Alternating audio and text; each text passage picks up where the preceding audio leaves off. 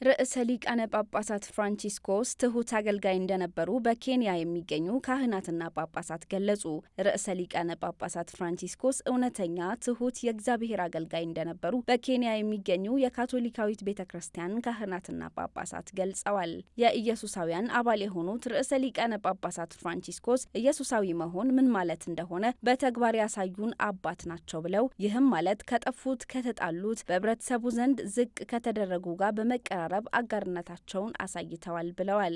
በኬንያ ናይሮቢ በሚገኘው የጄስዊት ሄኪማ ዩኒቨርሲቲ መምህር የሆኑት የኢንዶኔዥያ ተወላጅ ካህን ለኤሲያ አፍሪካ እንደተናገሩት ከቅዱስነታቸው ትህትናን፣ ከተገለሉና ከተረሱ ሰዎች ጎን መቆምን በማሳየት ካቶሊካዊት ቤተ ክርስቲያን ሁሉን አቀፍ መሆኗን አስመስክረዋል ብለዋል። አክለውም ይህ የቅዱስነታቸው ትህትናና ከድሆች ጋር የመቀራረብ ተግባራቸው እኛ ኢየሱሳውያን ስለ ጥሪያችን እንድናስታውስ ያደርገናል ብለዋል። ሊቀ ጳጳስ ሁበርት ስቫን በበኩላቸው ከርዕሰ ሊቃነ ጳጳሳት ፍራንቺስኮስ ሕይወት የተማርኩት ድምጽ ለሌላቸው ድምጽ የመሆን ተግባርን፣ የተገለሉ ሰዎችን በትህትና የማገልገል ሕይወትን ነው ብለዋል።